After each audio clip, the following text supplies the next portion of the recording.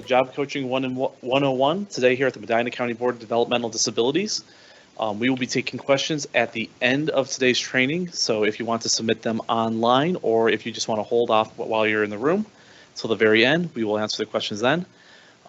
And our presenter today will be Jason Dresden here with the Medina County Board of Developmental Disabilities. Thank you, Zach. Morning, everybody in person, and good morning, everybody online. We will be recording this training today, so if you happen to miss it or any of your coworkers weren't able to make it today, it will be posted up on our website that you can access for training later. I did get notification that you can submit this for CESP credit if you happen to need continuing education credits for your recertification of your CESP.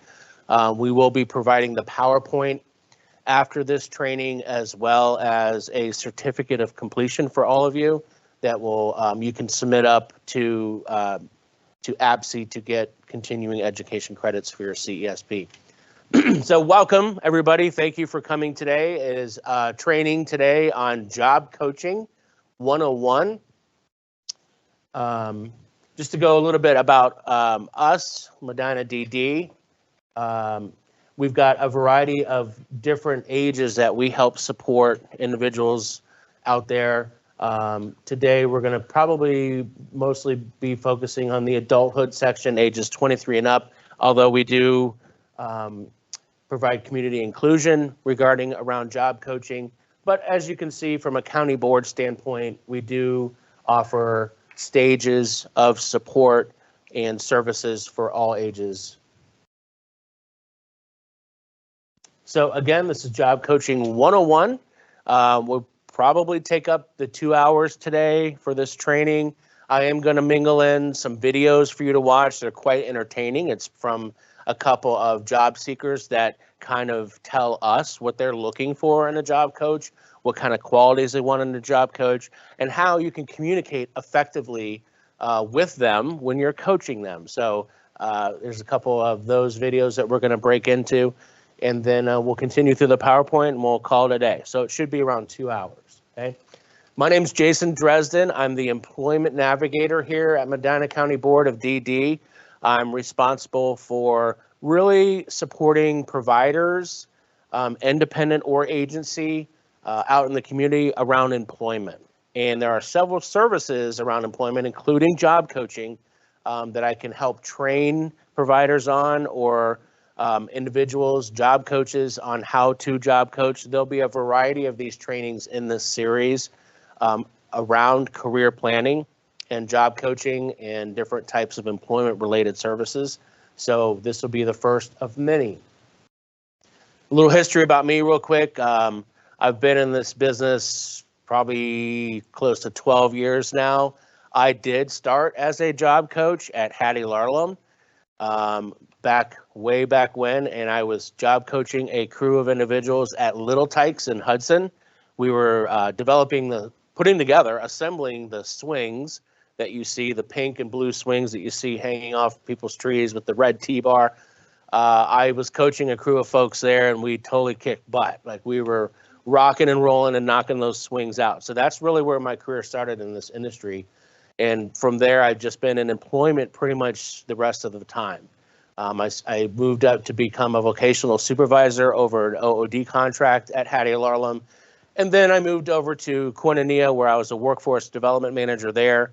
And I managed the staff over there around employment. So I've been in this biz a while for employment. I've done coaching myself. That's where I started. So you should get some pretty extensive knowledge today about job coaching and how it works and what is expected of a job coach. And I do have a couple of job coaches that were in this role here in the back too, that they could probably provide some feedback or some experiences or stories that they had. So we, like Zach said, we can open this up at the end for any question and answers, and we can go from there. What are you going to learn today? So, and then anybody online, thank you for joining. There will be questions. If you do have questions, Zach will be fielding those in the chat.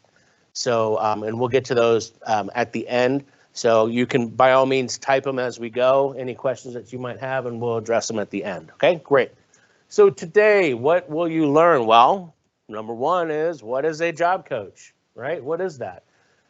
Show of hands in here, who has done job coaching before? 3, okay, great. So that's actually pretty good. So you are learning a lot today about what job coaching entails and kind of what's expected of you. And I'll get kind of deeper into funding sources on where job coaching services can be authorized for you. I'll do that a little bit later. It gets a little confusing. The waters get a little muddy on where job coaching services come from. And when you're delivering them, who's paying, right, for that job coaching service, who's reimbursing you. So we'll get a little bit into that as well. So what is a job coach? What are your responsibilities as a job coach? Super important. Good things to know. Actual on-site job coaching strategies. What kinds of strategies most around prompting that will assist you when you're job coaching an individual out at a job site, right? What are those types of strategies? We'll go over that. New thing since COVID, remote job coaching. Big time deal. A lot of the funding sources are now allowing remote job coaching if that supports your individual and your funding source are okay with that, which we're seeing being more and more acceptable. Remote job coaching, we'll touch on that. Tools. Earlier, Diane was showing me a visual aid that she created for somebody. These are types of tools that you guys can use out there as job coaches that help assist these clients as they progress through their employment journey. Documentation. Yeah, got to do it. Coaching's fun, and you're, making burgers or washing dishes and helping somebody do that while you're job coaching. But in the end, what do you got to do? Write up a report, right? So putting the report together, the case notes, there's a few slides on that. Very important to kind of go over that stuff and knowing where those things come from. That's documentation. Referrals, I'll touch base on that. Kind of where does a referral come from? How do you get your name in the mix to be either an independent or an agency provider to be in that mix of getting a referral for job coaching? Okay. Then there's some resources after job coaching, follow along, retention. Once you feel like that individual is independent enough to be working by themselves at that job, can you fade away? And then what other resources are going to kick in at that point that will help that individual continued success? Okay. And then right there at the end, I do want to touch upon at the end, and I didn't want to bring that up front because coaching's coaching, no matter what funding source it comes from, but I do want to kind of get into the differences between OTJS, which is on the job supports, that's with OOD, and then IES, which is individual employment supports, that's with county board. So don't get too far into that, but that is what we're going to go over today, okay? I do kind of plan on going the full 2 hours, so those of you in attendance in person here, if you would like to get up at any point and use the restroom, by all means, go for it. That is just out the door, down the hallway here past this conference room, and take a quick right. There's men and women's restrooms right there on the right, so right outside here, okay? All right, let's dive in. What is a job coach? Job coaches specialize in assisting employees with disabilities to learn and accurately perform their job duties. You don't want them to not accurately be performing because then you're not going to make the business happy, right? You need to go into that business understanding what kind of task they're going to be performing and make the business happy. So they better be accurately doing what the business is expecting, right? In a nutshell, you guys will be providing one-on-one training, tailored, important word right there, tailored to the needs of the employee and what? The employer, right? Got to make sure you're fulfilling the needs of the client themselves and matching that with the employer's expectations. I know when I was at Little Tykes, we had to do 110 boxes of swings daily because it was an assembly plant for Little Tykes and they had a productivity goal. And like I told you earlier, we blew it out of the water. We were cranking because they had a temporary staff line on the other side and those guys were goofing around and we're just cranking away. So productivity goals, things like that employers look for, okay? So let's dive in a little bit deeper on what is a job coach, okay? Being effective, right? That fosters good and uses good communication. You got to be effective. You can't just roll in there and coach somebody and not be effective, okay? How do you do that? You be clear and ensure your communication is understood. Does your client have a hearing impairment? Does your client are they sensitive to loud noises because of maybe an autism diagnosis? What kinds of communication is going to be required in that coaching atmosphere, okay? Consider communication modality. Again, what types of modes of communication do you need to communicate? Do you need a sign language interpreter to be with you on site to help coach that person, etc.? Do they have visual impairments? Do they need OrCam glasses that they need to help them use? So learning all that stuff up front will make you become more effective, okay? So providing that effective and reflective feedback, including plenty of positive or affirmative feedback. You want to provide positivity, right? Constructive feedback. There'll be some negatives in there. This is what you should be doing, or, telling the person you got to speed up, that sort of thing. So there'll be constructive ways to communicate with your client while you're job coaching. And make sure that negative feedback, what I'm talking about, is reflective, okay? And not merely just critical. Like, you're doing terrible today. Those are not types of things to do. Anybody first going into a new job, you never knew what to do. I worked at Hardee's and I had no idea how to drop French fries. Simple thing, right? You think pour fries in a basket, drop them. But, I had to learn on how to do that. So be cognizant of that when somebody's new, okay? Be honest. I do have some experience with this. I had a gentleman that I worked with at Koinonia, and he was pretty tough on the individual, and tough just for the fact of what the business was expecting. Dress appropriately, don't be late, stop goofing around. And it was okay to tell that client that, to tell them to be honest and say, hey, so don't sugarcoat anything. You want to treat these clients and people that you're job coaching just like anybody else, and making sure that they are effectively performing the job like any other worker at that business. So don't sugarcoat. Not a good idea. Because then you're vulnerable too in the future of maybe that person or a client might know that you're kind of soft, right? And take advantage of you, or maybe walk off and go to the restroom and never come back for 20 minutes. And you're standing out there on the floor waiting for them to come back, and they're not coming back because they know you're kind of being soft. So be honest, be clear, okay? Recognizing, understanding, and valuing differences in communication styles. Are they auditory? Are they visual? Do you need to show them pictures of something, or can they just take a verbal command from you and roll with it? So you got to kind of learn that up front. So it's really good too to do your homework a little bit before you take on a client and you end up day one at that business.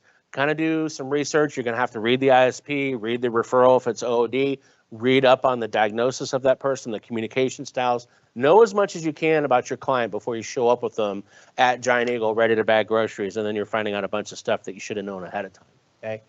So understanding the values and that communication styles, okay?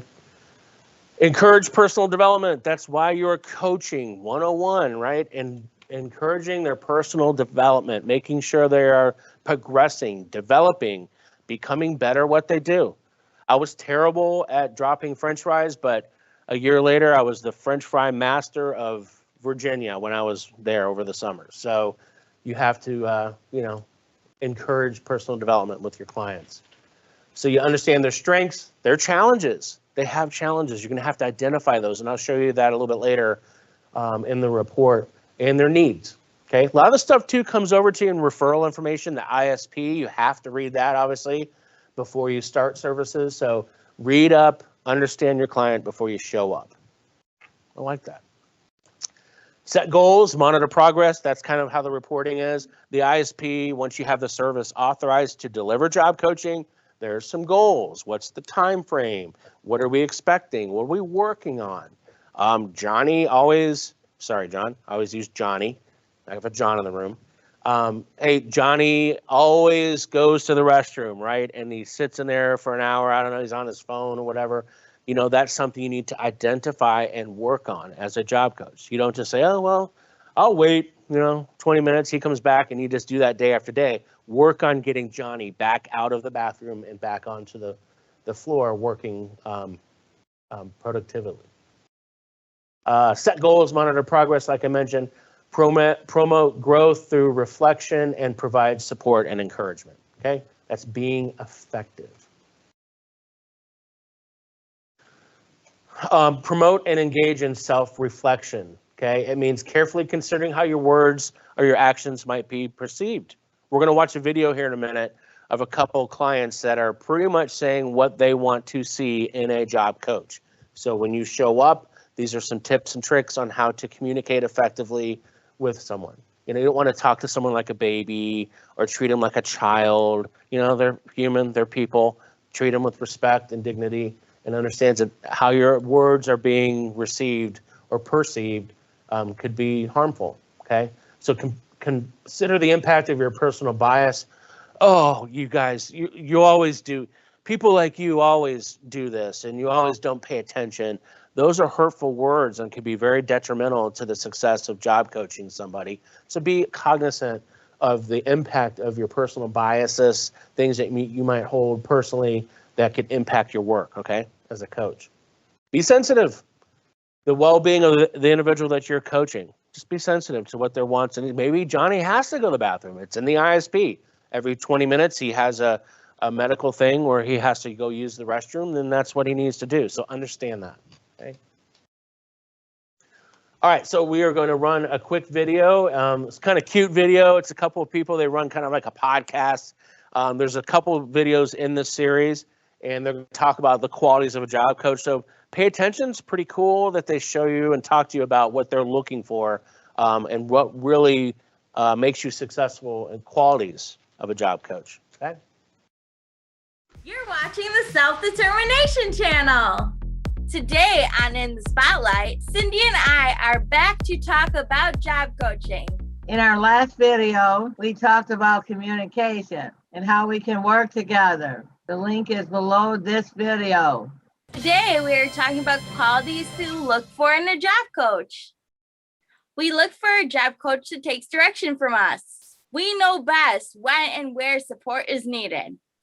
We need to be in charge of our job coaches. We know exactly what we need. It's really important to have communication with your job coach. If you need anything, remember to tell your job coach. And if you're getting frustrated with the job coach, make sure you're telling them that, because they need to know if they're helping or they're upsetting you. What I try to do is have a plan for my job coach every day we work together. I'll let my job coach know what I can do and what I can't do. If you go too fast for me, it's not going to work. So I say, slow down and let me do the task. If I can't do the task, I'll ask you for help.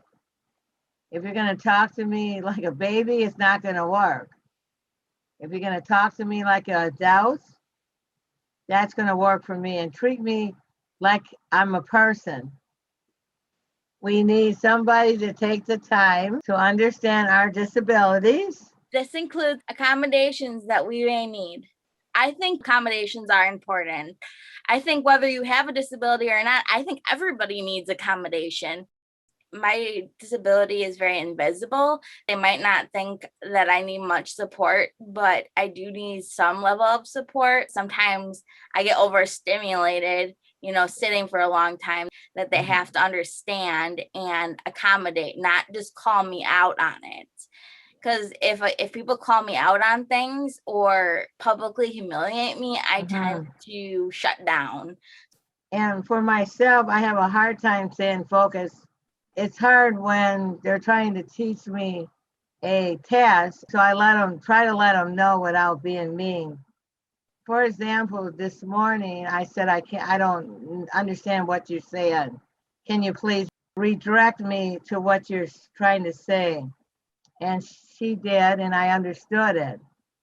Understanding that we all have challenges, and that these needs are just human needs that we're all kind of working through. That's what I would want the job coach to see me as, a person that just needs some help. We want a job coach that blends into the work environment. It's important for a job coach to blend in. I don't want to be singled out as the person in the room with the intellectual disabilities. It's important to blend in so that people understand that you're the worker and that your job coach is not the worker. Right. Otherwise, they're going to think that the job coach is doing the job versus you doing the job. So as much as you can kind of, not ask the job coach for help, and asking your coworkers and doing more natural supports is so important. And if, you don't want support, saying no is okay. A job coach should show us the task and how to complete it to the best of our abilities. Then let us try it for ourselves. We don't want somebody to overhelp or just do things for us. It's okay if we fail at first. We may need to retouch a task. That's okay too.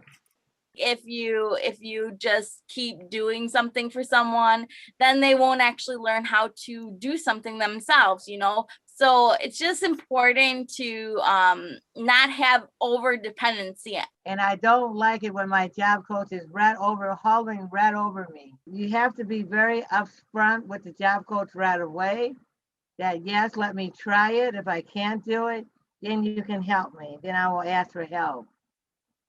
I'm always determined that I'm going to learn this. I feel that I don't want the job coach to do the job for me. I'd rather fail and do it again. We want someone who helps us learn and grow from our jobs. People with disabilities want to advance in their careers too. They can help you with different things to advance in your career. Maybe they can show you how to type. And just always saying, you can get any job you want. You can do anything you want. And that's really, really, really crucial to enthusiasm, and making sure that they know that they can do something is really super important. For myself, I asked my job coach, I told her I need to learn some new things about the computer and my iPad. I think I'm behind the times with how I do things, because I haven't been taught. So I asked, can you help me take a computer class? And I said, will you go to the class with me? And she said, yes. So now my job coach is helping me do that. That's it for today. Like I said at the start, these are some of the ideas Cindy and I came up with. You can share them with your job coach or watch this video with them. You probably have ideas of your own to share too. On our next job coaching video, we will talk about fading. Fading is when the job coach backs off to let the employee do tasks by themselves. Thanks for watching. See you the next time. Be sure and subscribe and click on the bell icon. You'll be notified when we post the next video. Good stuff, right? From the mouth themselves, like the folks that you actually be job coaching. Really good things to take away from that video I thought were important is don't overcoach. You can do that. Be right over the top of somebody. A lot of times the individual that you're coaching is higher functioning, so they might be a little embarrassed that you're there coaching them. And that's tough to identify. Maybe you don't have to be coaching them the whole time. I've heard of job coaches in a warehouse that they go stand back in the corner. They have a line of sight on that person, but they're not standing right over them. Get that person rolling, coach them on how to do what job they're doing, and back away, I've been guilty of it myself. I've been at Drug Mart, stocking, and next thing you know, I'm stocking cans of soup with the person because I'm, just there and I'm busy and active. So I like, oh my gosh, what am I doing? Like, I'm not working here. My job is to support the person I'm working with, not work for Drug Mart or whatever. Okay. So good stuff. Blending in, a lot of the higher functioning folks that you're coaching, they don't want you standing there. Kind of pay attention. We'll get more into that later, but the dress code of the company that you're at, obviously the employee that you're coaching will have the uniform on or whatever, but maybe don't wear your shirt that says Goodwill or Medina DD. Don't stand out or put a big lanyard on that you're standing over them. Don't stand out as you're somebody coaching that person. That might be embarrassing to them, and they might be sensitive to that. So again, pay attention to all the stuff. You could probably dress in plain clothes and just pretend like if it's Giant Eagle or something, walk around and coach here and there. So you got to feel out the situation. Some might be more intensive coaching, but as you can see, there's a lot of tips from them in that video on what they're looking for, what helps them on those communication styles. Okay. So next in line. So that's basically what a job coach is, what you're doing there. What are your actual responsibilities? So we know what it is now. What are you actually doing? A lot, and I'm not going to dive too deep into this today. This is more of a 101 level, but a lot of the funding sources require that you put together a task analysis. I'll let you guys look that up on your own offline. But a task analysis is a job duty and or task analysis, however you want to label it, but it's tools that help the job coach understand the job duties at the time, the tasks the employee will perform, and these are used to develop the most effective instructional strategies, checklists, analysis for the job training. Ask the employer, hey, do you have a list of tasks that you want Johnny to do throughout the day on his shift or her shift? Let us know. So that's a task analysis. You're putting these tasks onto a document. Again, I'm not going to get too much into what it entails. There's a lot of different varieties of task analysis documents out there that you can access. Do check with your support administrator or your OOD counselor with that, okay? There you have it. Employer participation in the completion of that task analysis document is critical. You're not going to just roll into Giant Eagle and say, yeah, you're going to be mopping and dry sweeping the floors and taking out trash when maybe that's not the exact job duties of that person. So check the employer, check with your person's manager, and go from there. Big one, natural supports. Anybody know what that means? What does it mean? What do you think? Natural supports are that can help the person to Yeah, absolutely. For those of you online didn't hear what she answered, it's exactly right and true. What is natural supports? It's building in those natural supports in the work environment around your employee that you're coaching to help you in the future to fade away from that person. Get them talking to the other coworkers. If Johnny or Jill are bagging groceries, get them getting to know the other persons there bagging groceries or the cashiers. Introduce them, get them flowing with some natural supports. I've seen huge success in businesses where a natural support was put into place, and away we go. Job coach is out, we're done. The natural supports, the manager took a liking to that person, or there's another coworker, they find friends. It's like us, we go in, you start liking a manager and you connect, or you have a coworker now you're buddies with outside of work. So same situation, build those in. They can occur naturally. You'll notice some folks that might come over and talk to your client a little bit more than others and kind of take a liking to them. That's a good person to get in contact with. Get that person's name, get that natural support in place, and they'll act as a mentor, right? And that's a mentor now for your employee that you can step away, because who's going to be there all the time anyway? The other coworker, right? That mentor person is going to be around Johnny all the time and be able to, help him or her, okay? Supervisor there, obviously natural support. Make sure your client's comfortable going to that supervisor and talking to them if they have any issues outside of you being there. You're not always going to be there. Coaching is to coach and then fade, right? Get out. So making sure you establish those natural supports is critical, basically. And again, it just promotes their independence. In the future, the employee that you're coaching is independently working. You can check that box and you roll out and go on to the next person, right? Natural cues are part of your responsibility, okay? These are already built in the work environment that signal the employee what to do next. Buzzers, indicator lights, loudspeaker announcements. When we worked at Little Tykes, there was a horn, literally, and it was break time. Everybody stops all the machines and you go to the break. Everybody on that shift goes to the break room because they all have to be working together for it to work in sync. So what are those natural cues at that work site? Make sure you start identifying those. There's some technology you can use too. We'll get into that a little bit later. Okay. Compensatory strategies, a change in the work environment or with the employee's behavior to enhance the employee's ability to learn and perform work tasks independently.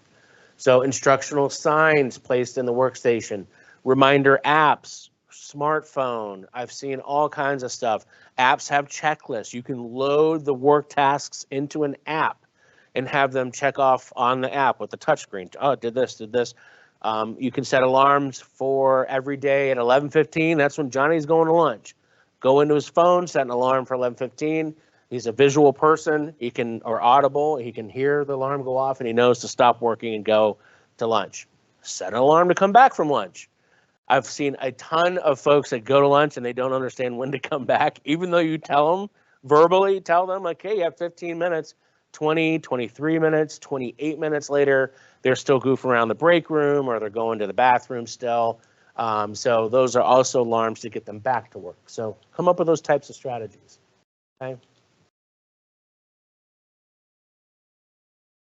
Prompting, I will get into a little bit deeper here. That's probably the most important steps you can do as a job coach is prompting.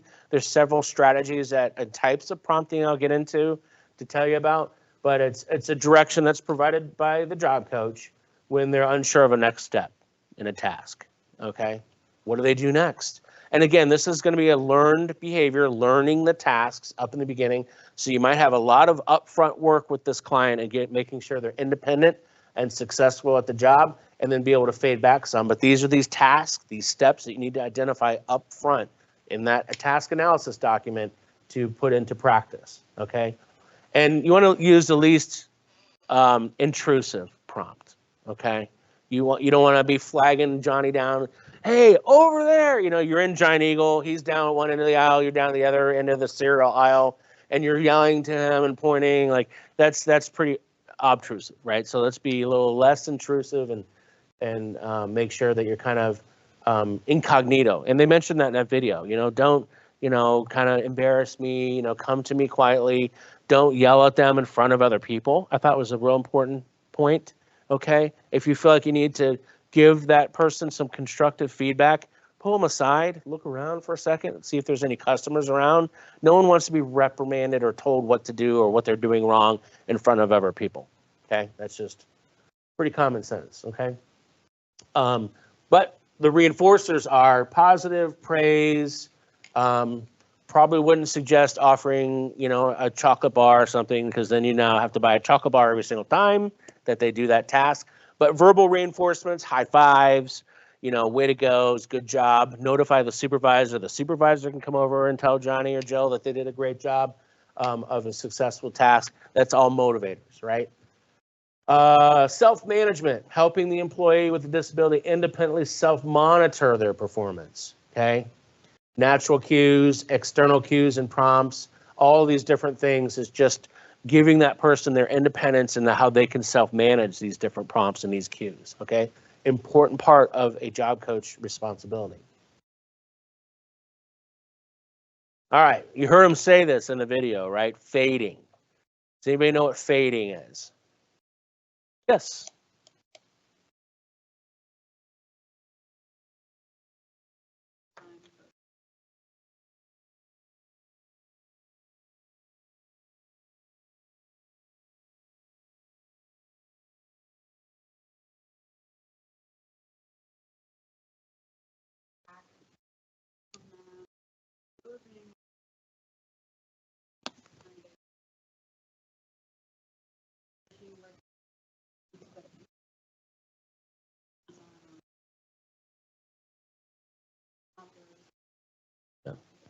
Awesome. Yep. For those of you online that couldn't hear what she was saying, is just that, getting those natural supports in place and fading. Huge word for job coaching 101 is fading, that you're not going to stay at this job site forever. You're going to move on to a new client at a new job, a new employee somewhere. And the idea is to get them fading. Okay. And there's going to be a fade plan also involved with this.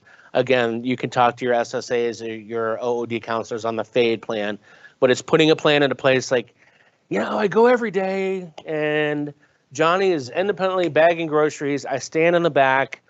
Every once in a while, he needs help getting to his lunch break and back. But while he's bagging groceries, he's got it. He understands how to use paper or plastic. So you kind of fade back. Well, you start putting these types of things in the fade plan, and you start putting in these measurable outcomes that you can put in the fade plan that's going to be requested by your funding sources for this. Okay, so they're going to ask you for some sort of fade plan at some point. Like, you can't just say, yep, tomorrow, no Johnny, I'm not going there, we're done. The SSA or the OD council is going to look at you like, no, you didn't provide me with a fade plan. I need to understand what your plan is to fade, basically, right? Okay, well, here's my fade plan. I'm going to go once a week now and see Johnny instead of twice a week. And I'm going to drop back to an hour instead of 3 hours.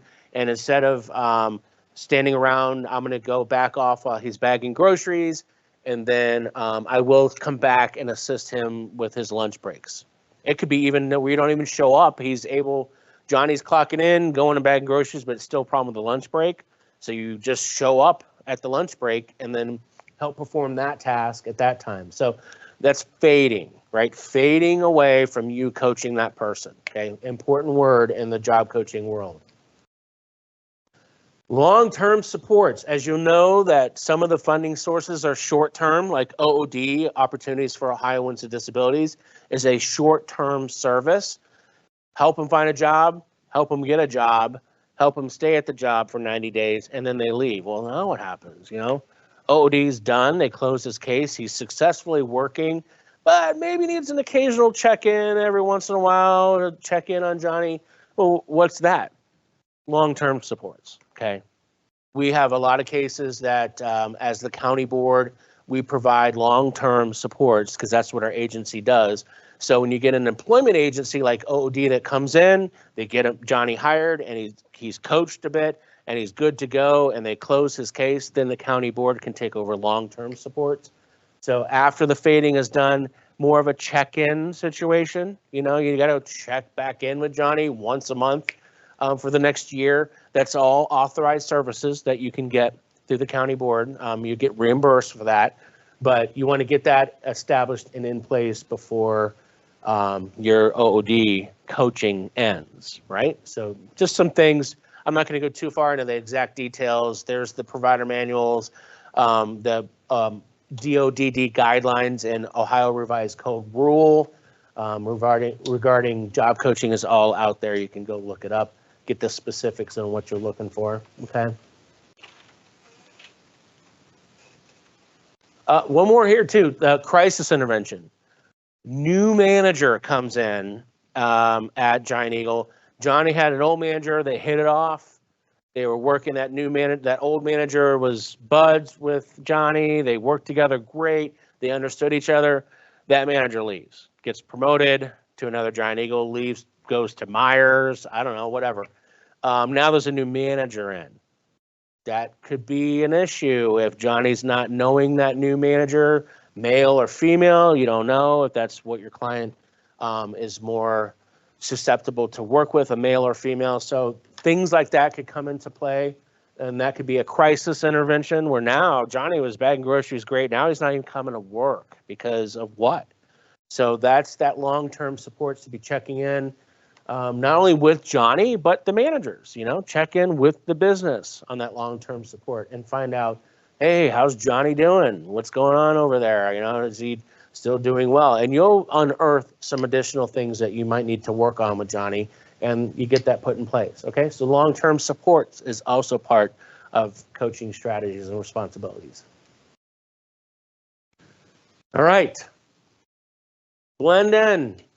Again, I kind of digress. I did put a shirt of a guy in a State Farm polo shirt. Don't wear that into, a State Farm agency while you're coaching someone at State Farm. But I just want to let you know, dress professionally. Don't come in flip-flops, things like that. It can be cash, but don't, it's at your discretion and discretion of the business.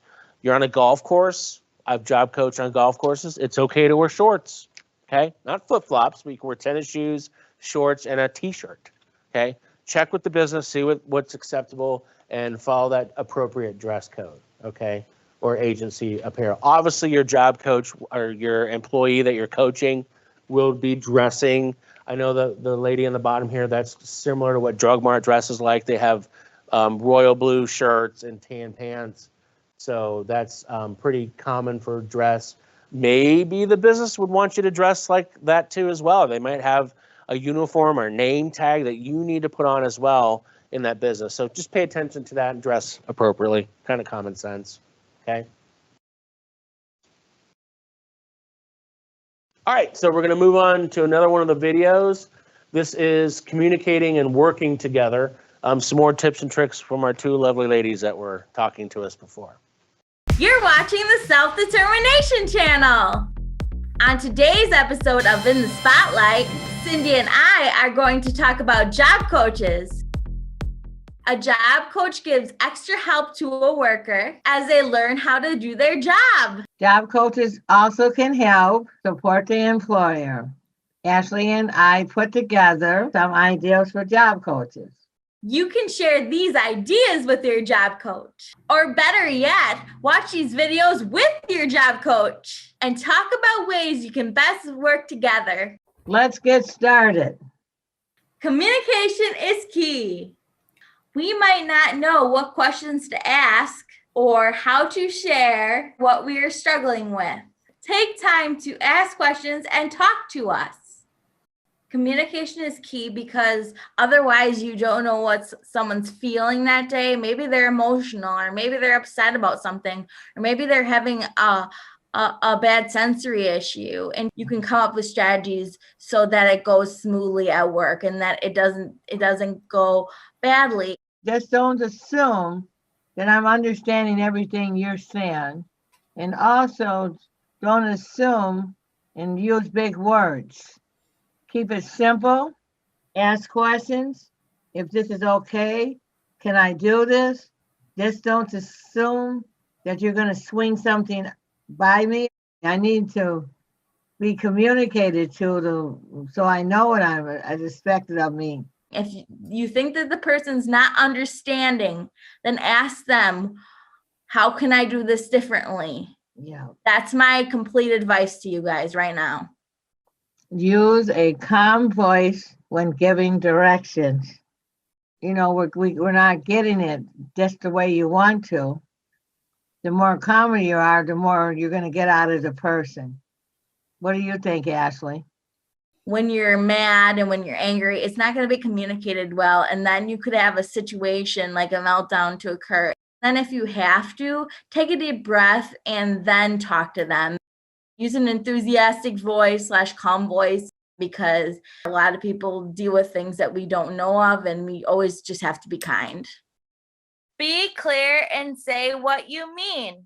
A lot of people with disabilities have a hard time kind of knowing what people say and what they mean by different tones, different facial expressions, different things you say. So your looks, your tone, everything that you say matters. Ashley's right. I've been in that situation where the job coach will say to me, I'm going to be there in 15 minutes. And don't get there for 30 minutes. So I'm waiting and getting anxious and everything. Just tell me the facts. Provide feedback in a private place, not in front of other coworkers or customers. I'll just say is that it embarrasses me. People with disabilities are just like everyone else. They want to be treated with respect. So I encourage you to treat them with respect. If a meltdown takes place, do not say get over it. Let it happen, then brainstorm ways to prevent it in the future. They are sometimes going to occur, so just being very cautious and nice and figuring out strategies and saying, how can I help you? Instead of, you're such a pain. You have meltdowns every day. I mean, that's not nice. Just think about what you say before you say it.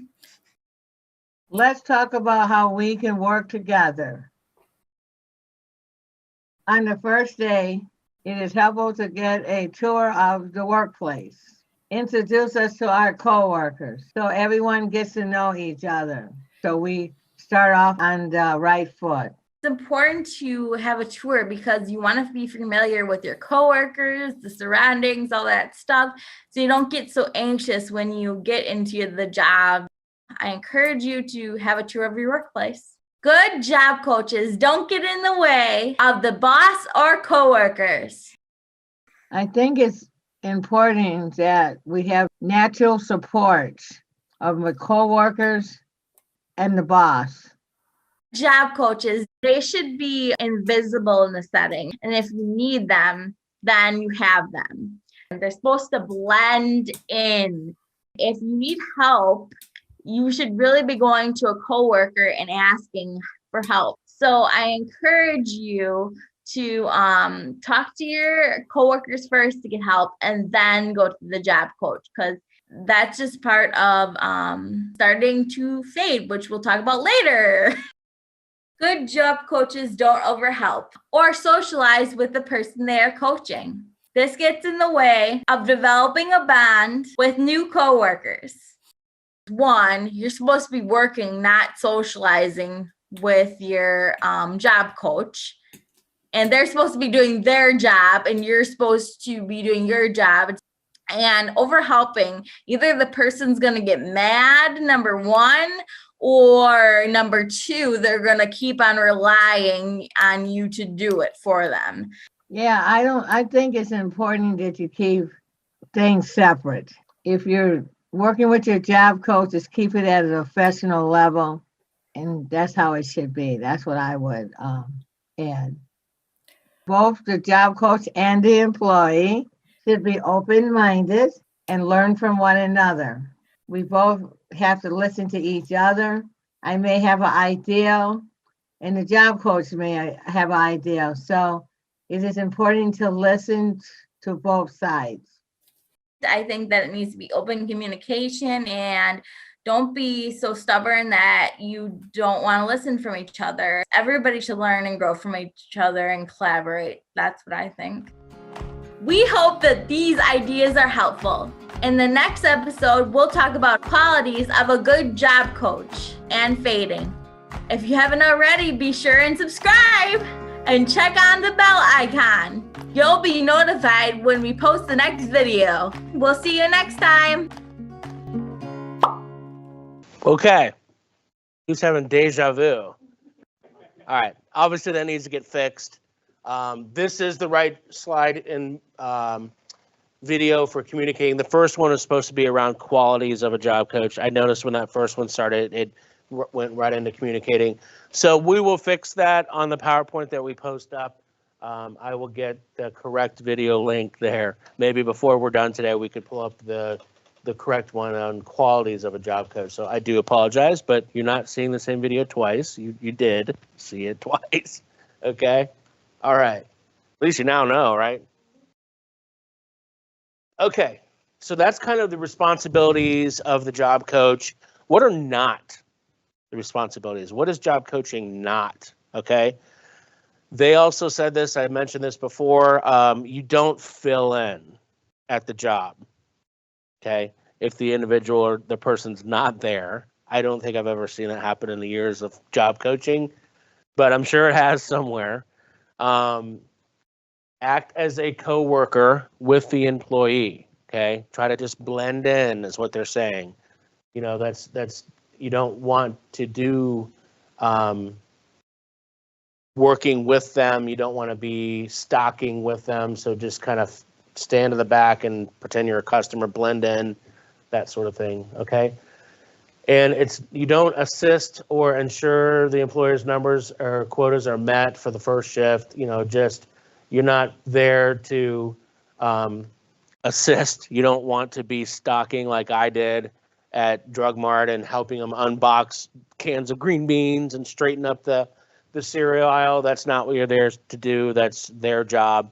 And that could skew numbers. If, you know, I know Giant Eagle has a quota of how many U-boats a person needs to stock and load up and stock on the shelves in their shift. So if you're helping that person, that could skew those stats and those numbers as well. So don't really assist and do. You can model, and I'll get that in a minute. You can model on how to do a task, but don't continue to stock or, slice deli meat for customers, that sort of thing. Okay. All right, so I am going to get into some additional strategies now when you're on site coaching that person. One of those, and I mentioned earlier, is prompting. Okay, and there's types of prompting, and that can include verbal. We're going to go over each one of these. Verbal prompts, gestures, modeling, and then partial physical assistance. So that's types of prompting as a job coach that you can do. The best practice is to provide it, again, like I mentioned before, in the least intrusive manner possible to complete that task. If you're modeling something and you see that person doing okay, then back off. You don't have to continue to do that for that person, okay? Okay, types of prompting, verbal. So verbal prompts are what? Spoken, right? Spoken cues that provide information to the client. This includes prompting the client to use a particular form of words, say break please, and providing them with the verbal instructions to complete that in a task. Verbal prompts can be difficult to fade. Why is that? Because they're always hearing you telling them what to do. It's like your mom or dad, right? You constantly hear, clean your room, clean your room, clean your... When they don't say clean your room, you're probably not going to clean your room because you're not getting that verbal prompt all the time to clean your room. So pay attention to verbal. It's probably one of the most common ones, being able to speak to your client and types of prompting and being verbal prompts like, hey, make sure you speed up, or, hey, it's break time, you got to leave and go on break and go clock out, or that customer over there wants asking you a question. So you might have some verbal prompts. You can capture those, right? You can get creative, maybe capture an audio of you saying the verbal prompt. It could get down to communication boards or pressing something on a communication board that delivers that verbal prompt to that person. It's just, you have to get creative with coaching, okay? So that's one of the prompting strategies is verbal. Gestural, okay? Right here, here's the exit. There's the U-boat. Put the cereal boxes up here. The pepperoni the extra pepperoni is down below in the reach-in cooler. The cheese is over there. Whatever that might be is gestural. You're pointing, you're showing, you're guiding what direction a client needs to go, okay? They might be nonverbal, so pointing or like saying maybe slow down or stop or hurry up. There's different ways, different gestures that you can use in gestural prompting, okay? Type of prompting. This is a good one, modeling. You're going to get quite a bit when you're at a job site of a specific way. We did a lot of this at the Little Tykes when we were putting together the swings, because it was a specific way you had to make the swing every single time. So we had a model at each station and show you put the swing in like this, you put the ropes like this, you press the two buttons at the same time. You hand it to the next guy so you can model the way a task can go. Here's the gentleman in the picture. He's kind of showing them like, hey, make this mark here every time. So you're kind of modeling on what the task should be. It's an instructional strategy where a new skill, a new task is demonstrated, right? You're demonstrating the task to the person. Then you can back off and let them like, okay, now you try. You modeled, you kind of showed them what is to be done. Back off and then let them try. You showed them what to do, let them give it a whirl. That they can imitate that, right? They're going to imitate what you modeled to them. It requires repetition. We didn't nail those swings the first go. We had terrible swings, crooked swings. They weren't balanced. Clamps were put on wrong. The T-bars were upside down. It takes a lot of repetitive modeling to make sure and ensure that employee is giving enough feedback and understanding the full task at hand and making sure that the quality's up there. We had a quality check at Little Tykes. You'll have the checks and balances at Giant Eagle. How many U-boats did you do? 4. Why? You're supposed to do 8 today. What's going on? Why isn't that working out? So it could affect their performance as they master that task or behavior. Okay. Last form of prompting, and there's different types of prompting out there. You can go look this up yourself as well, but partial physical assistant. Physical prompts can involve physical assistance. I've been there and done that. Hand over hand. You're helping someone that's not very coordinated or whatever. They might have a physical disability that you need to help them, use their hand and say, this is how you're going to pick up this thing and put it into this mold, press this button. So it can be hand over hand. That's kind of partial physical assistance to perform a task, okay? Touch their wrist, grab their elbow, move their elbow over a little bit to remind employee of an action that's required. Maybe push them back a little bit if they have to start a dangerous machine. You're supposed to step back so you can, guide them or do a gesture for them to step backwards every single time. So you got to figure that out. You got to figure out what kind of prompting will work for you in that work environment. And it might not be suitable. Some prompts might not be suitable. You might be in a loud factory where you can't verbally even tell somebody to do something. Okay, you might be able to point to a picture and say break time. It says break time on the piece of paper. You might be able to do like that and do a prompt that way. So pay attention to your work environment. Those are types of prompts. Okay. Obviously, last statement is very important. Physical prompts should be faded, right? You're not gonna fade away from the job and then Johnny calls you at 2:00 on a Tuesday and says, "Can you come here and take my hand and put it over here and push the button for me?" You're not gonna be able to do that anymore. So as you are modeling and as you are, assisting, you eventually say, "Okay, now you try it yourself." You want to fade away from any kind of physical assistance because you're not going to be there, right? And you probably don't want to put that on a natural support person at the workplace either that has to come over every time that Johnny needs to press that button, like you're grabbing his hand and pressing the button with him. So just be careful. Make sure you fade physical prompting. All right, remote job coaching. It's kind of a thing that came of COVID. A lot of audio calls like FaceTime, Skype, just regular video calls, Google Meets. These are things, if it's allowed at the employer, you could do remote job coaching.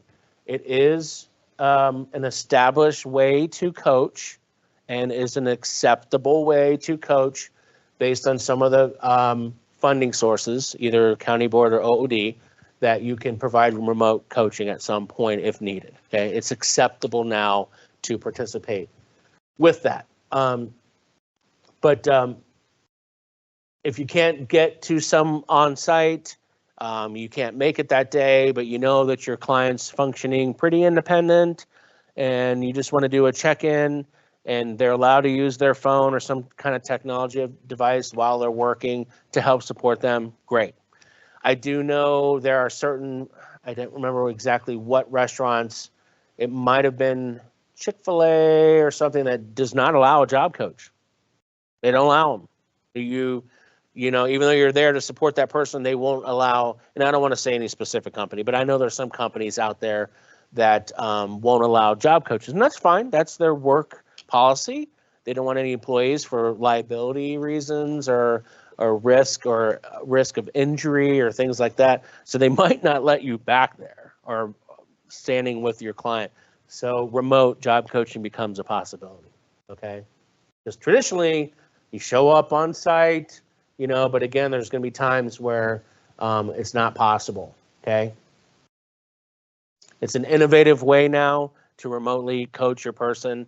Obviously, they'll want you more on site. I'm sure the employer would want you on site, but occasionally you're going to run across that where there's not that opportunity, okay?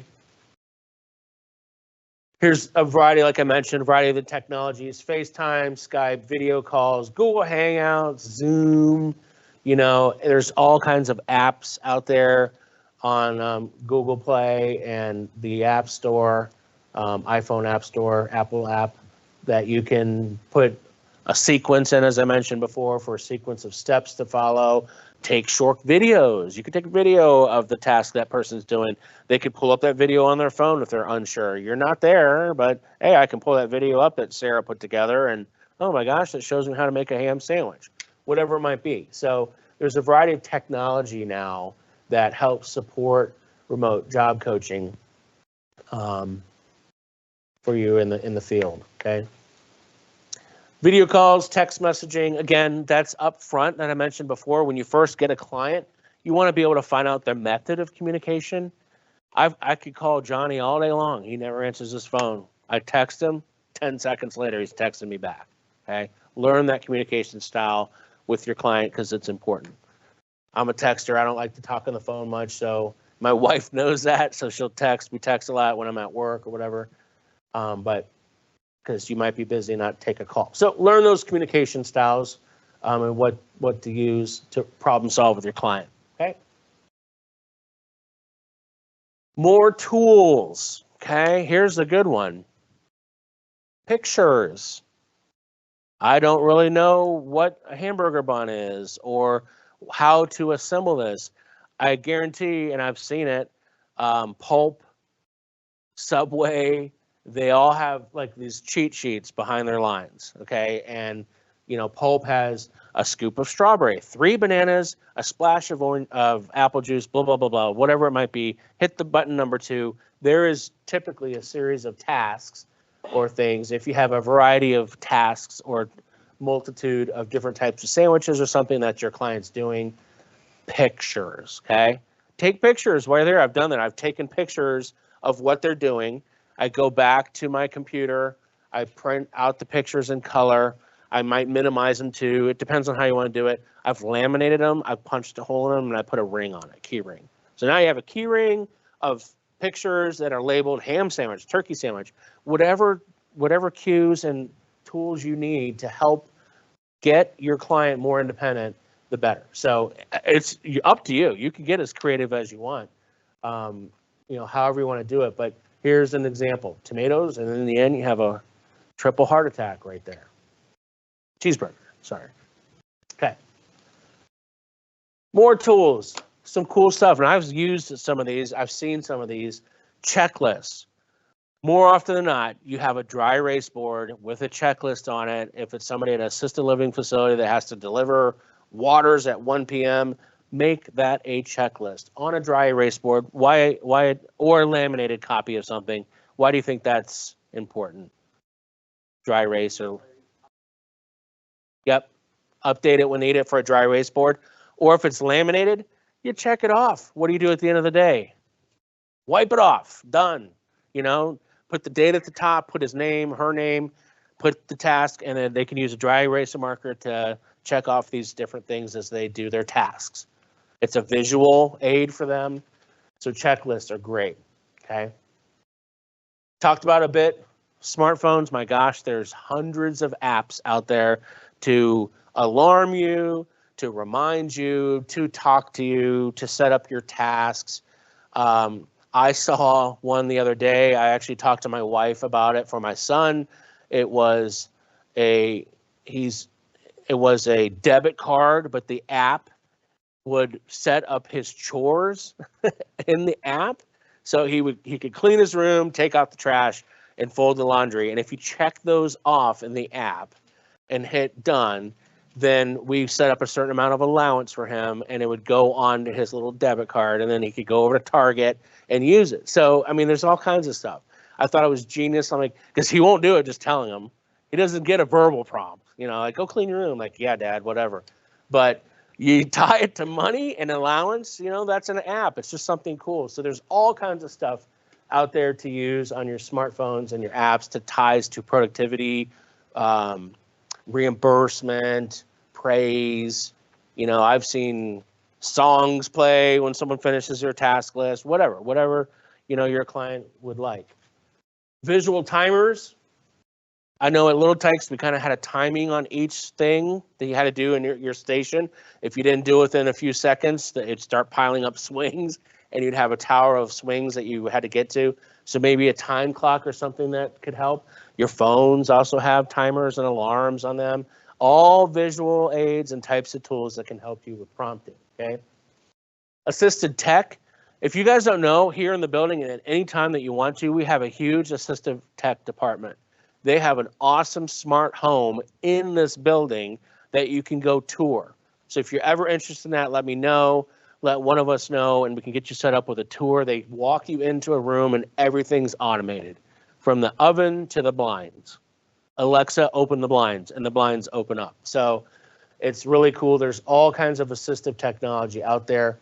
I put this one in watches now that talk to you, alarm you. You know, you don't have to have a phone, right? It's connected on your wrist, so you have your hands free to be productive.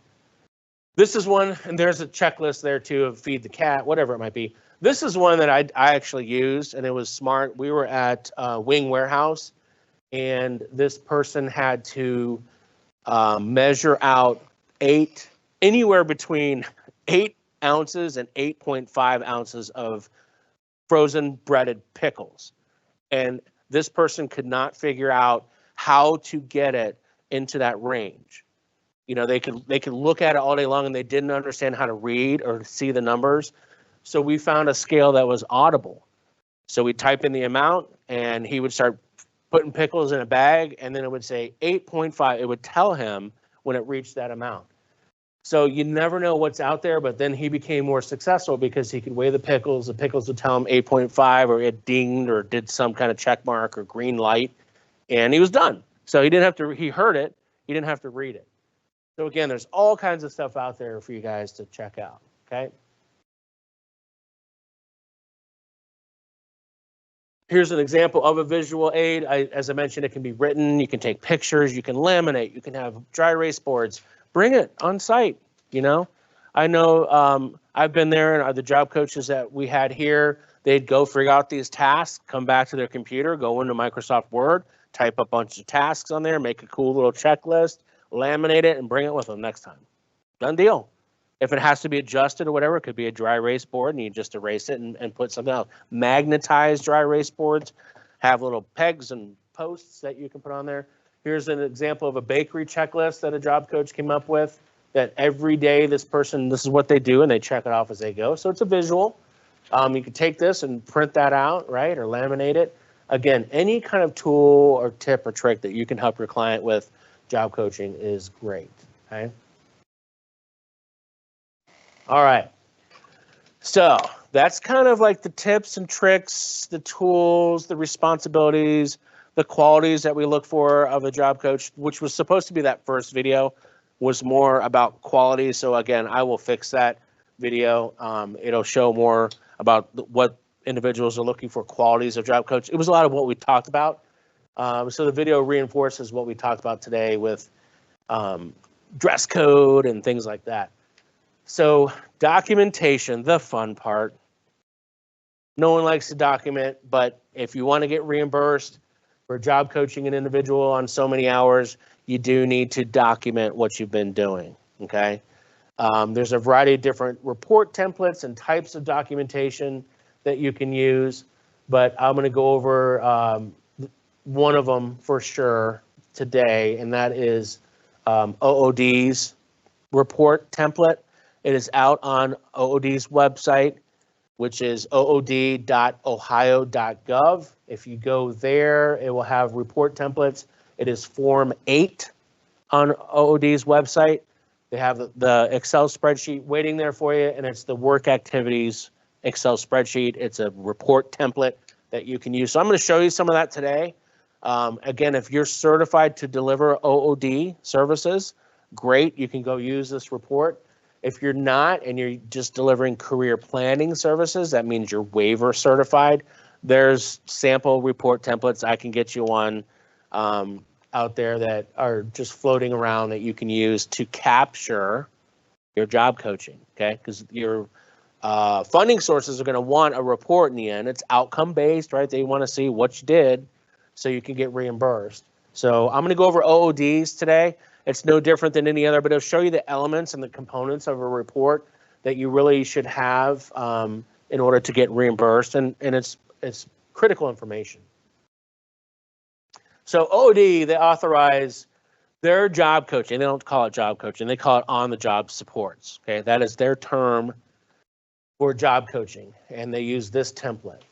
Okay, so I'm going to go over the template, but really what you're looking for is, and they make it kind of easy to go in and fill in all the green cells in the report. So you'll see in a minute the report is all shaded cells that are green. That's telling you got to fill it in or the report's not going to work.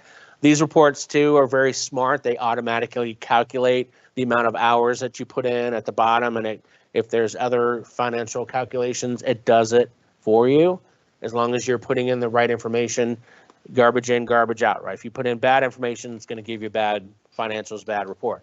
So you got to really be diligent in checkboxing and dotting all your I's and crossing your T's when it comes to documentation and putting that in the report, okay? Dates, obviously super important. When you receive a job coaching authorization from OOD, there's a date range on it. So if it's January 1st to January 30th, and you show up December 29th and you're coaching this person, and then you put December 29th on your report, guess what? It's not going to get reimbursed. So pay attention to dates. You know, I hand you that piece of paper like, okay, MCA, run out there and your job coaching, and it's a month-long authorization. Make sure that your dates of your report are matching that authorization dates. If it's outside of it, okay, that means you have to contact your counselor back and say, hey, I need a February authorization. I need a March authorization, okay? Most of the time now, the authorizations that are coming through for job coaching are month-long, which makes sense, right? You want to do a month worth, and then you finish up and you write up the report and you talk about it. So just pay attention to dates, okay? Make sure the correct service is selected. Again, this Form 8 is for job coaching and work activities, so just make sure you're using the correct form. There's summer youth forms. There's CBA forms that are community-based assessments. There's different forms out there. This is the one for job coaching, okay? Most important, at the end of the report, there's a little tiny section. I'm going to show you all this in a second. There's a little tiny section for your assessment, final statements, and recommendations. You can go through all of this job coaching with Johnny. You can capture all the tasks, all the things that Johnny needs help with, and all that. But in the end, if you don't put a final recommendation, the report's null. I mean, you're not going to, you have been working with that person. The SSA at the county board or the OOD counselor has to get your recommendation on what you think next steps are, okay? It's a component of the report. It's a necessity. Make sure you capture that, but it's super important that you must include that because that also drives the next service, okay? I coached this guy, we're good. Oh, now do we need long-term supports in place? Do we need individual employments, long-term check-ins with this guy? Coaching's over, right? That's done. We're not coaching him anymore. Now we need to check in. That could be a recommendation. We need some long-term supports put into place, so that would go onto the report, okay? All right, here it is in all of its glory. This is the job coaching report. I'm not going to get too into the details of this. Again, this PowerPoint will be posted up, but here you can see that all the green boxes are filled in. There's some invoice numbers here and things like that. Your accounting department will fill that in if you have an invoice number. But just making sure you're filling in all these different sections of the report. The date, like as you can see towards the bottom down there, there's line by line. The date, the start time you were with Johnny, the end time, some of the different tasks that you're capturing. Did they do it correctly? What's your narrative, right? Important section there, your narrative. Should you put LOL and BRB and I went to the bathroom, BRB with Johnny and put a smiley face in your report? Yeah, I saw a lot of no's. Lots of no's here in person. I'm hoping some no's online, some thumbs down. That's not appropriate. You can't have smile. I've seen it. I've seen smiley faces. I've seen ... Make sure that your report, your narrative here in your job coaching report is thorough. It uses correct grammar, no emojis, no ... You know, you can even get as private as using the person's initials, you know, first name only if you want to. They'll know what you're talking about. JK today stayed in the bathroom an extra 20 minutes, whatever it might be, but no emojis, none of that LOL stuff, okay? This is an important report and it'll get rejected. They won't let you put that through, okay? So that's your narrative. Very important column here, interventions. Johnny's not perfect. Jill's not perfect. They're not perfectly doing this, or what? You wouldn't be there coaching, right? You wouldn't be helping this person out. So what are the interventions? What are things that need to be worked on? So in your narrative, Johnny did this great. He did that. He was bagging groceries like crazy. Johnny stayed on break an extra 10 minutes. You need some sort of intervention for that. You need to find out some kind of accommodation or tool or something that I've mentioned in this coaching training to help provide that intervention. How am I going to get Johnny back from his break? What can I come up with to do that? So you're not always identifying all of the positives. If there's a negative or a work adjustment type of thing that you need to work on with your client, it goes in the interventions, okay? How are you going to assist them to fix what they're doing that's not so appropriate, okay? A lot of it I keep using that break one. It's pretty common. They go to the break room or they disappear and you're like, where'd they go? And you find out, you send, someone in the bathroom and you can see they're listening to videos in the stall, right? But there's all kinds of them, Communication is an important one I've seen a lot. Inappropriately talking to a coworker about, what you're doing this weekend. And that person's like, that's too private. I don't want to know what you're doing with that or this or that. So communication could be an intervention, making sure they have appropriate behavior in the workplace. So there's all kinds of different things. Just make sure you capture it. This is marking the stipend. If they're doing a CBA or something like that, this isn't necessarily used for job coaching, but if you have a worker that's doing a work assessment, meaning they kind of do a work trial for a couple weeks, you pay them minimum wage, obviously, and there's a stipend, there's a checkbox there. Again, I was saying earlier, all those red zeros and that zero, that's a green box, right? If you don't put in the wage rate and that, yes, there was a stipend attached to this person doing this work assessment, then your calculations won't calculate. So kind of fail proof that you can, put your information in there and it won't calculate properly until you have it all correct, okay? As I mentioned before too, invoice is the date, putting in your invoice date and the provider invoice number. That's probably something your accounting department's going to do. You're not going to know what that is. You guys might have a PO number. Independent providers might put nothing there unless they're kind of tracking invoicing and things like that. So that's normally done by your accounting department. I don't know your exact process of what you do at your agency or independent agency, but that's there too. It is a green box, so it needs to be filled in. Okay. Here's a little bit more. Here's one filled out. So this kind of gives you an idea of the extensive nature of filling in important information. I can tell you right now, there's never enough information that you can put in this narrative section here, okay? Johnny did great today. No, he didn't. What else can you talk about Johnny? There's something else went on, something else needs to get fixed, worked on, whatever. But here kind of gives you an example of how extensive this is when it's filled in. Big time job task summary. Put them there. Is that your checklist? Is that your list of things that Johnny's doing at his job site? Yeah. Empty trash, collect dirty dishes, replace full dish tubs in the dining room with empty ones. There's the checklist. That's what you're assessing. That's what you're coaching this person on. So fill that in. It tells you everything that they need to be doing, okay? So there's your narratives. I'm not going to get too deep into it. It shows all of these fields filled out. The green, you notice that white 20 fills in when you've put something in. I think there was a highlight here, the yellow down there, that they did not fill in one of the green sections, so it turned yellow. So it's kind of fail-proof on some of these reports for you to be able to, fill out. Interventions, make sure that JC, as I mentioned, you can initial it, right? Or do a first name only, so you're not giving away too much confidentiality. But make sure he does sprays in a circle pattern. Johnny keeps doing zigzag. The employer wants a circle pattern. That's an intervention. How are you going to get Johnny to do that circle pattern? That's something you need to intervene on and help with. Coaching 101, right? Your job is to get in there, coach them to the way the employer wants them working, the productivity that employer would like, and fade away. Okay?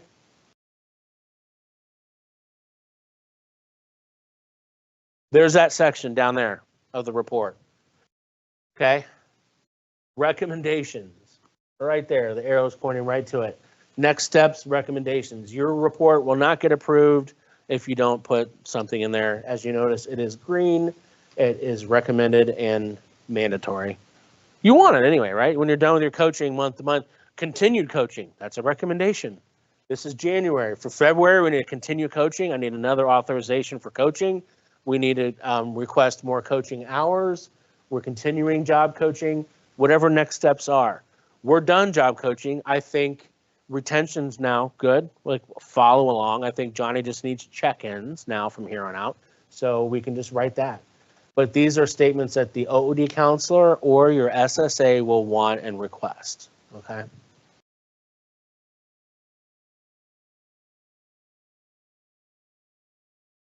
Referrals, okay?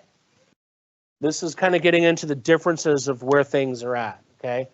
Provider agency or an independent agency that works either with OOD, which is Opportunities for Ohioans with Disabilities. Everybody should be pretty familiar with them.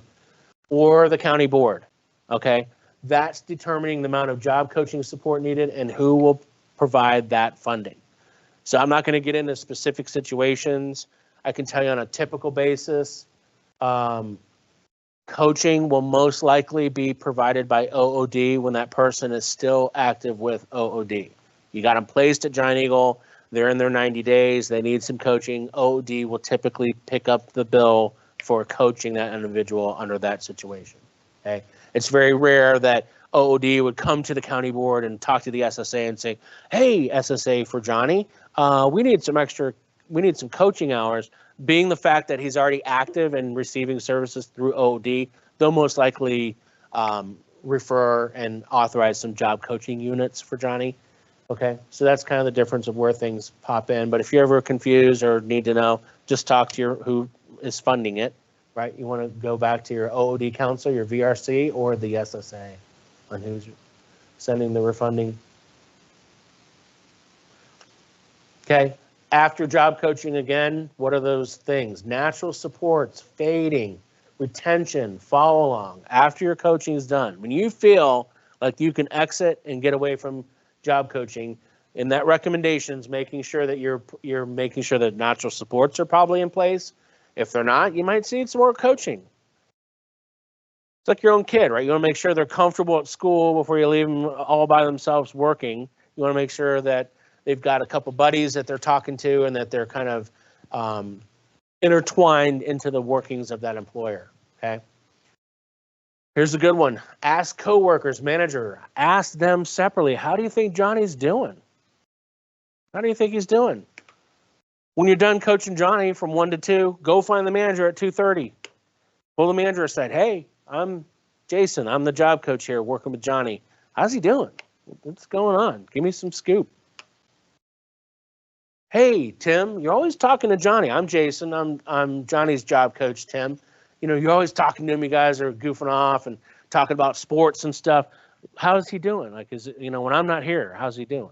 You know, ask a couple questions, find out. Okay. And they'll know. Trust me, they will know. They will know how to better assess the job or provide some different skills. Johnny might not always be bagging groceries. Guess what? Tomorrow's carts. You never did carts before. Is the natural support going to be in place that will help Johnny with carts?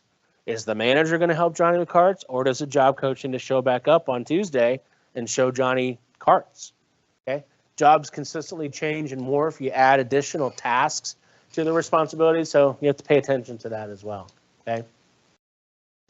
Modifications, accommodations could be implemented. Employers are pretty hip on getting accommodations put in place.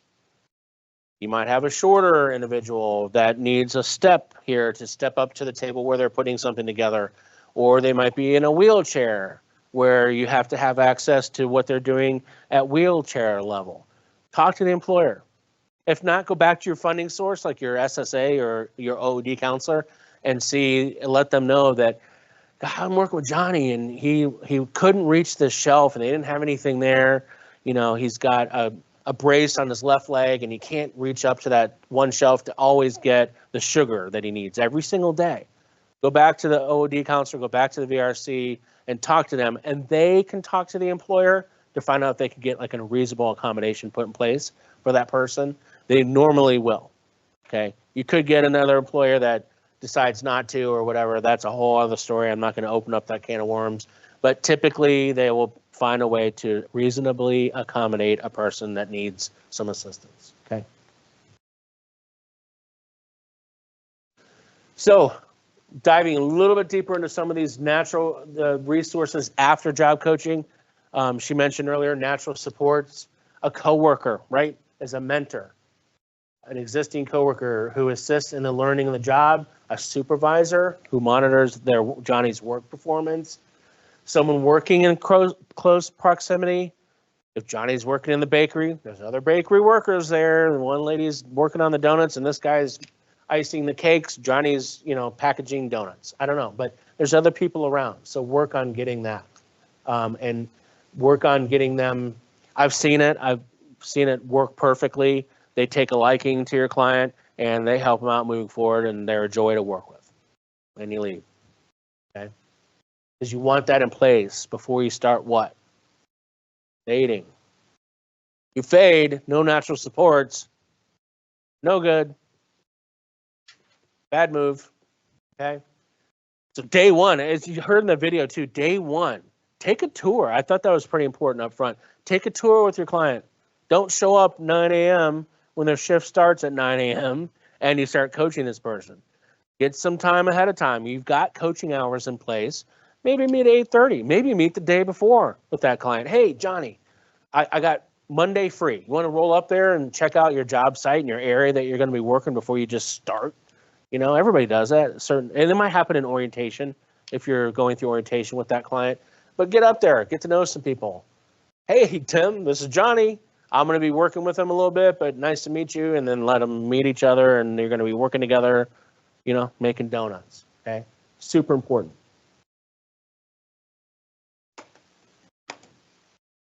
Fading. I believe this will be a correct YouTube link, Zach, but fading, there's a YouTube link there. So once you feel that you're stable, you come and go for a few days. Afterwards, come in after their shift has started, check in, leave. Fading can also, through OOD at least, retention and fading can involve calling. You don't always have to show up. You'll know. You know Johnny's independently working. He's pretty good, you know. So you'll periodically be checking in on that person every other day or so. Again, what did I say you had to put together for the funding source? A fade plan. Self-determination channel. So as Zach gets that set up, it is those girls again, I believe, and they do have a fading. So let's watch that real quick. Fingers crossed it's the fading video and not our communication video again. And that would be my fault. I apologize. Part 3 of our 3-part episode on job coaching. In part 1, we talked about communication and working together. Part 2 covered qualities we look for in a job. There it is. The link to those videos is below. Today, Cindy and I are talking about fading. Yeah. Fading is when the job coach starts off, but the employees do tasks by themselves. You first get a job, the job coach may be with you during your whole shift to help you learn the task. But as you learn the job coach should fade back.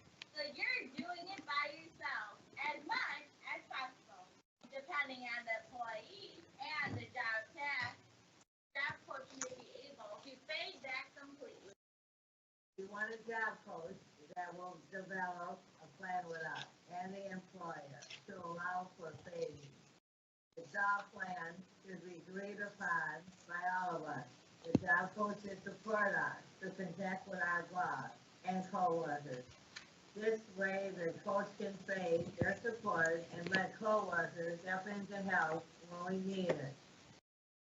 We want want to gain independence. You want to eventually, learn how to do your job yourself. You don't want someone standing there and kind of like hovering over you. So that's why it's important.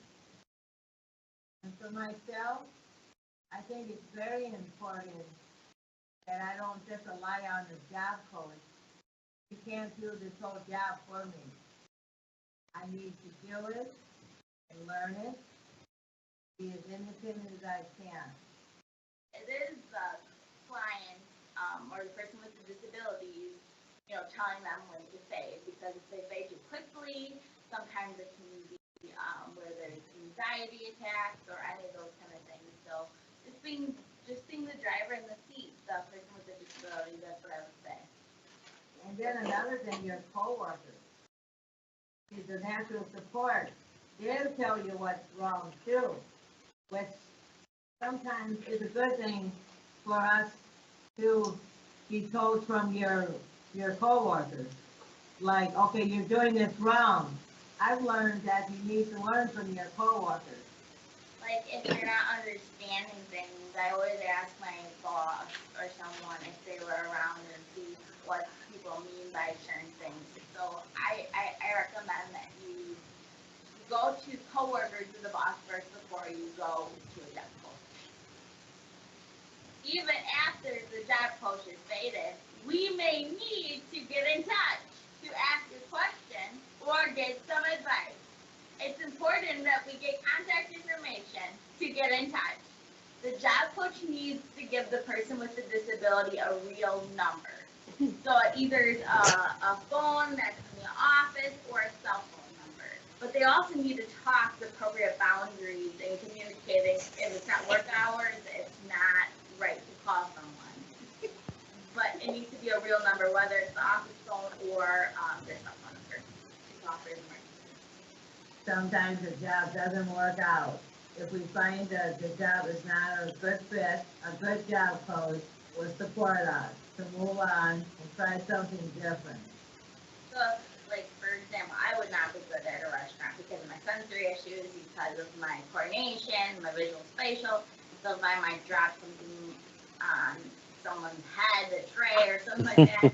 So I got out of a fast food restaurant and I moved forward and then someone else helped me get into advocacy, and that's where my voice was really heard. I had a job with, we thought it was a good fit, my very first job, the very first time ever working with a job coach. And the job was just not for me, but the job coach was very helpful, and so she said, we'll work with you, and we'll get you another job, and which we did. I got another job in a week and a half. Thanks, Cindy, for sharing your story. That's this episode on fixing. Be sure to watch your other episodes of Job Coach. And don't forget to subscribe. Bye!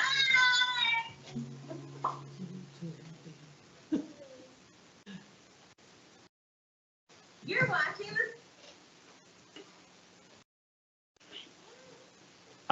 She should be up here doing this job coaching training than not me. She's way more energetic and fun. Okay, so very important things on that, right? Fading, making sure natural supports. A big one, I saw everybody kind of chuckling. I think we've all been through it. You give out your work phone number, right, for that person to contact you. And make sure when you're giving that work phone number out that you let them know boundaries. Been there, done that. Getting texts Saturday morning, I'm at soccer with my son, and I'm getting a mad Johnny that doesn't like trading donuts anymore. So being able to let them know that it's not just a personal, this is work related. I'm a job coach. I'm here to help you during your work hours. Okay. So making sure you kind of pay attention to that. Super important.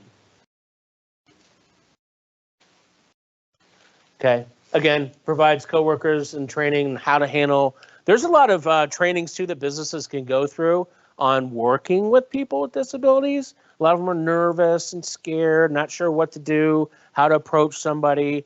There's some trainings out there that can make companies more comfortable with working with people with disabilities. I know Winking Lizard has a whole cultural training that they put their employees through on how to be comfortable and be open to working with people with disabilities. So there's a lot of that out there. Okay. Keep the employer involved when you're fading. If you find a situation occur or coming up, keep that employer involved. The supervisor wants to know what is going on with Johnny, that they can, help reinforce something at work or help curb a behavior that could happen.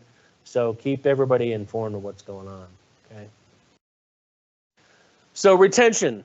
Again, when job coaching is over, make sure that you have retention in place. This calling and checking in is billable. Okay. So make sure that you're getting those units in place. Coaching authorization is over. Now you have retention authorization in place and you're starting to bill on that. So don't let that have a gap in between, because coaching could start Tuesday. Wednesday, I'm just checking in from there on out. Okay. So make sure you kind of keep your dates straight on when and what's happening. Okay. OOD requires weekly or bi-weekly check-ins. I'm not going to get into the exacts of the exact service delivery, but you do it for 90 days. When that 90 days is up, then you have to get some long-term supports in place. Okay. Coworkers, if struggling with a situation, sometimes an outside eye. I was talking to someone in the hallway here earlier today, one of our coaches that used to coach. And if your specific job coach is struggling with Johnny, what can you do? Find a different job coach, maybe? I've had clients that work better with male job coaches than female. These are things that you can find out up front when you're starting to take on a client. Like, ask these questions. Hey, does they work better with a male or female?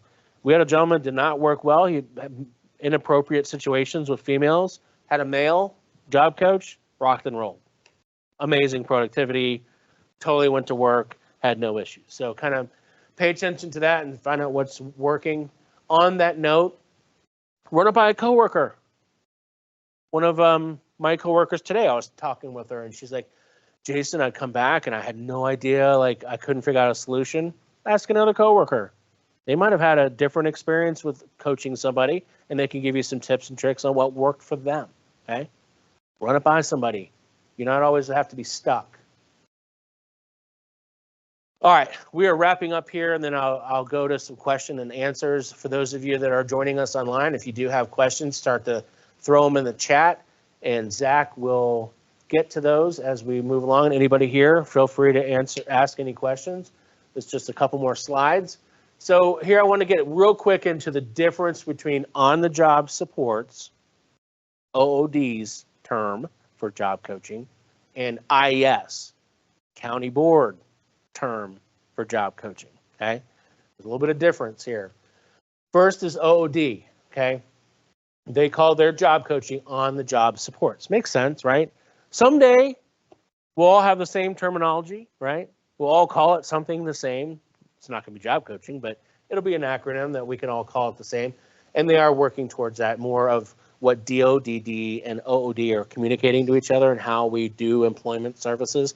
That's all kind of getting worked out. I think you'll see some more synergy with that moving forward and more terminology being synonymous.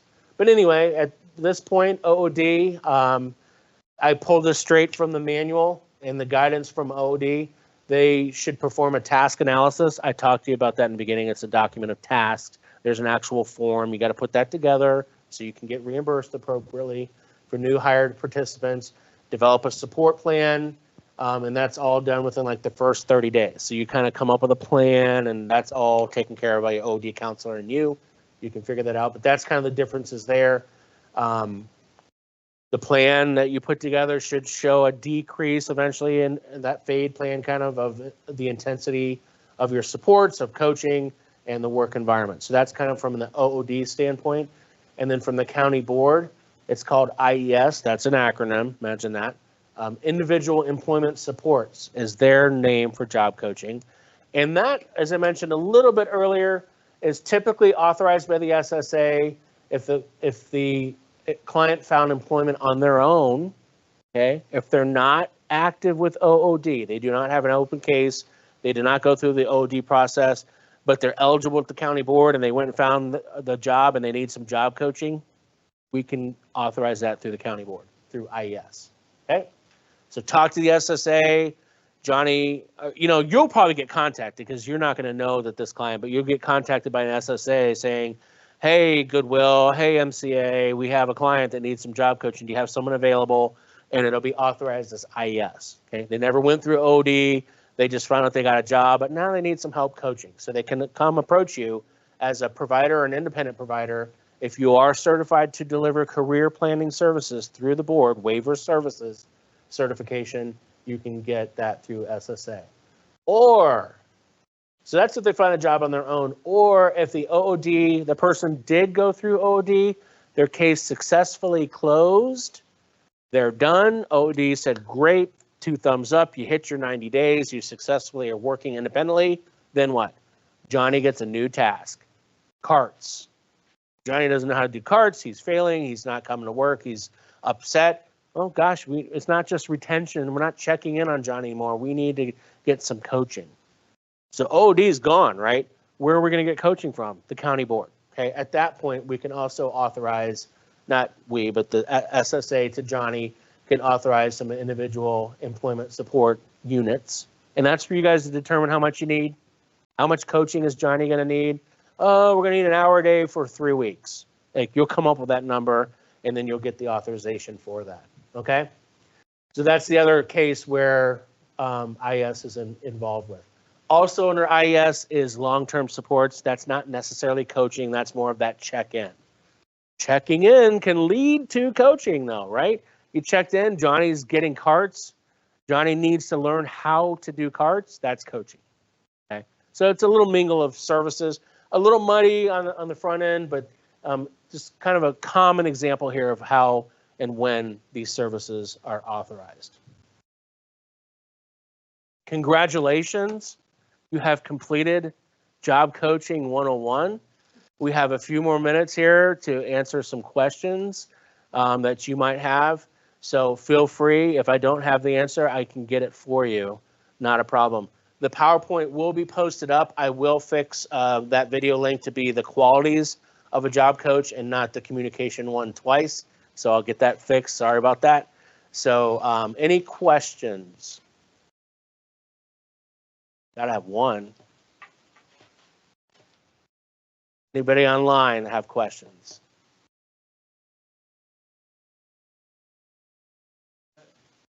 Okay. Okay. He's checking online when he has questions. Yes, sorry, go ahead. What do you do when you encounter working individual that just doesn't measure? I mean, just really struggles with life itself. You want to do it one more time? I said, what do you do Yeah. when you encounter an individual that struggles kind of with life itself and is not successful, no matter what you do in the workplace? That's a talk to go back with where that client came from, what funding source, right? Is it going to go back to the SSA? When you encounter any kind of concerns or problems or issues or adjustments or behaviors, just go back to your SSA, okay? Go back to your OD counselor, bring those concerns to their attention. If they're life problems not related, it might not be related to employment, right? They might have some life problems outside of work that could be fixed by a counselor or somebody, a family member or something outside of work, but it might be affecting their work, okay? So if it's outside, that could be a different person, a different provider. But basically, go back to your funding source is the answer. Whoever authorized you to do that job coaching or be helping that individual, go talk to that SSA or the VRC, which is the OD counselor, and find out what they have to So offer. what long-term job coaching can you, like 6 months, a year, 2 years, it doesn't matter? Doesn't matter. For county board, everybody has limited funding, right? They have a funding balance that they can utilize based on the regulations of the state on how much they have to budget for their services. So if it's within a year, the SSA can do calculations and say, well, Johnny's using some of his budget for HPC, some of it's for day services, but we have 10 grand left over. take that, divide that out for the year, and that'll give you 5 hours of job coaching a week for a year. So those are also types of conversations you can have with your SSA to discuss amount of units that that client has left over in their budget. OOD, they're pretty open. I think they don't really have a cap. I had a client once we had gotten reimbursed when I was at the provider level in the tune of like $55,000. So it doesn't matter really for some other agencies that have a little bit more money. I do know county boards are around a budget, their annual budget year to year. It'll carry over, things like that, but that's something to discuss. But there's no really time frame. It's kind of really, what you think is the need. Okay. Another hand? Yes. Oh, there. Sorry. We'll figure this out. So the people online can hear you. That's all. Can you explain more of what your role is for us? Absolutely. Are you more servicing, or who are you servicing? Perfect question. I didn't go too far into it in the beginning, but the question was, who am I? What am I doing? That is super important. So a lot of the county boards have my position already, and my position is an employment navigator, okay? And a lot of the county boards have had this position in place. Medina County just got me in place a year ago, okay? I, in a nutshell, am a liaison between the SSAs here at the county board and you guys, the providers, okay? I'm a consultant. I can sit down with you, talk anything employment, any questions you might have. I can educate you guys and the SSA on behalf of a client. I can sit through an ISP meeting, an annual meeting with the client if it's around employment, okay? I'm all employment. So anything that you need to know about employment, I can help you. That's one part of my job responsibility. The second part is training. I do train providers. I did a lot with the MCA folks. I trained a lot of their folks, a lot of the different providers, Goodwill.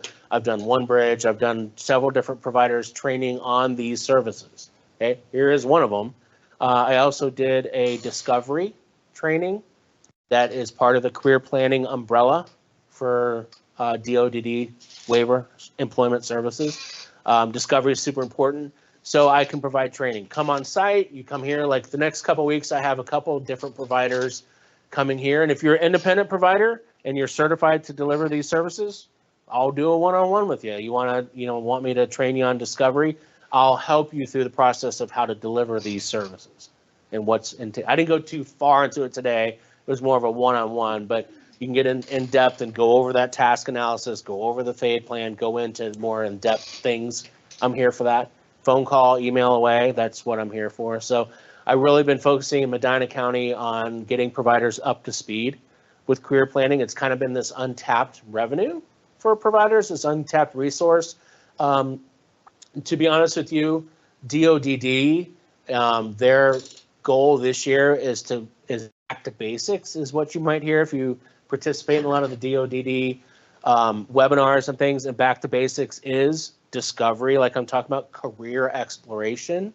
So before we just say, send Johnny off to OOD, he's ready to go, and Johnny fails, and OOD is mad because they got a client that wasn't quite ready for employment, but he said it, there's these other services that we can do up front: discovery, career exploration, work assessments. Before Johnny hits OOD, we want him more ready. We want Johnny to understand his likes, his dislikes, what he wants to do in a career, and not just send him over to OD and hope he does well. So back to basics is what's been focused on, and I can provide those trainings to get you guys up to speed on what the discovery career planning. That's like 2015. It came out, it was hot to trot, it was the hot topic, fast and furious, and it's faded away now. And now people are like, what's discovery? Well, we have budget for discovery with these clients, and we can authorize it to you guys. What about grants? I'm sorry. If you don't mind, it just helps. We have 1,000 people online. Okay, there's 2 people, not 2,000. What about grants? There's 2 people online there. Okay, yes. Like, what about grants that might be available to individuals with disabilities to maybe start their own business, whether it be, Avon chickens, whatever? Yeah, get that pink Avon car, right? There's a whole other track for self-employment. Okay, Okay, this is more supported employment, providers getting involved. You do get involved with a person that wants self-employment, run their own business, do their own salon. I know a kid that ran his own auto detailing company. Okay, it's way further entailed, more in depth with informational interviewing, getting them FAFSA, getting them funding, a marketing plan together. So there is a whole service out there for independent employment. So they want to go open up their own business. Yeah, okay. that's out there. Anybody online? Molly.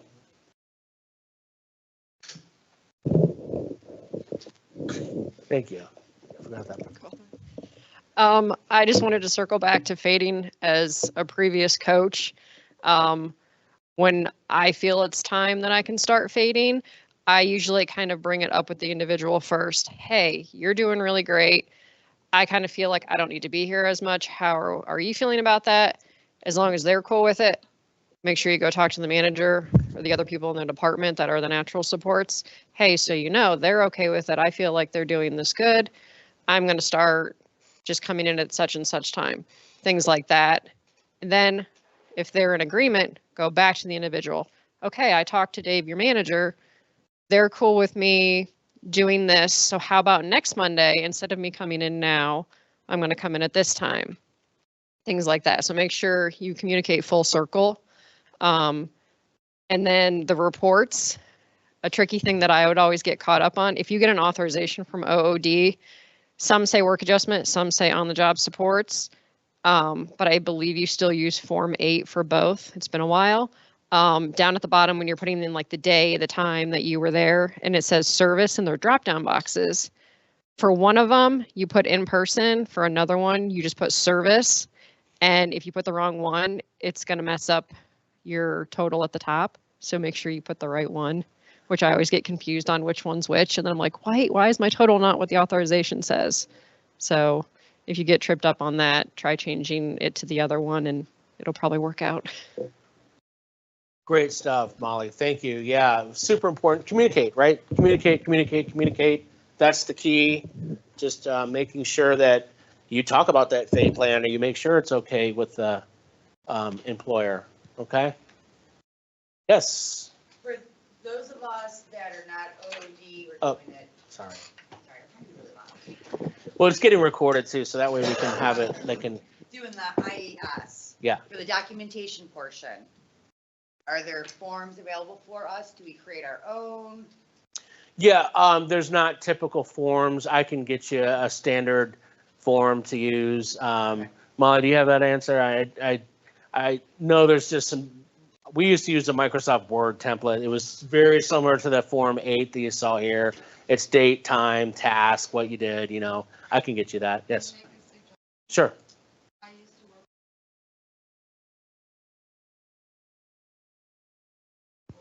Yeah.